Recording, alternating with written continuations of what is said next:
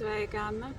Šī ir mana atsauksme, mans pateicības video tev par ieguldīto laiku, par tavu ieguldīto laiku šīm terapijām. Un te es pastāstīšu par saviem rezultātiem. Tātad mēs esam izstrādājuši trauksmi, mēs esam izstrādājuši seksuālu problēmu bērnībā, mēs esam izstrādājušas manu raudulīgumu, tad, kad ir līdzi jušana un filmas un vispārējais, tāda milzīga raudulība man bija. Tas ir tagad ļoti normālos daudzumos un pilnīgi saprotami.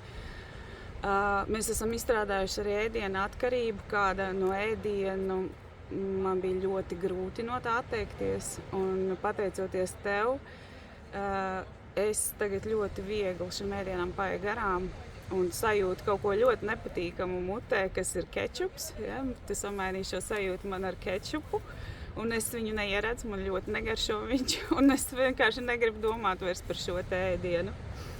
Liels paldies tev par to, kā arī mēs esam izstrādājuši arī trauksmi, un arī ir atjaunots dzīves prieks.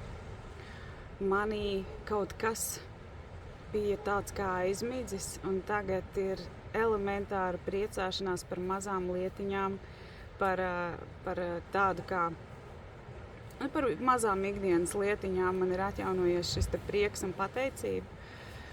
Esmu ļoti, ļoti pateicīga tev. Liels paldies, ka strādāji ar mani, ka ieguldīji savu laiku. Tu esi ļoti labs terapeits, tu ej dziļumā, tu neliksies mierā, kamēr neaizraksies līdz saknei, un tas ir pats galvenais.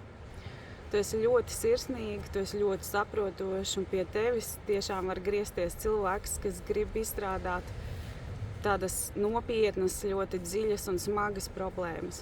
Tu esi šī platforma, kur to var izdarīt. Tu esi liels malecis, un man prieks, ka es tevi pazīstu.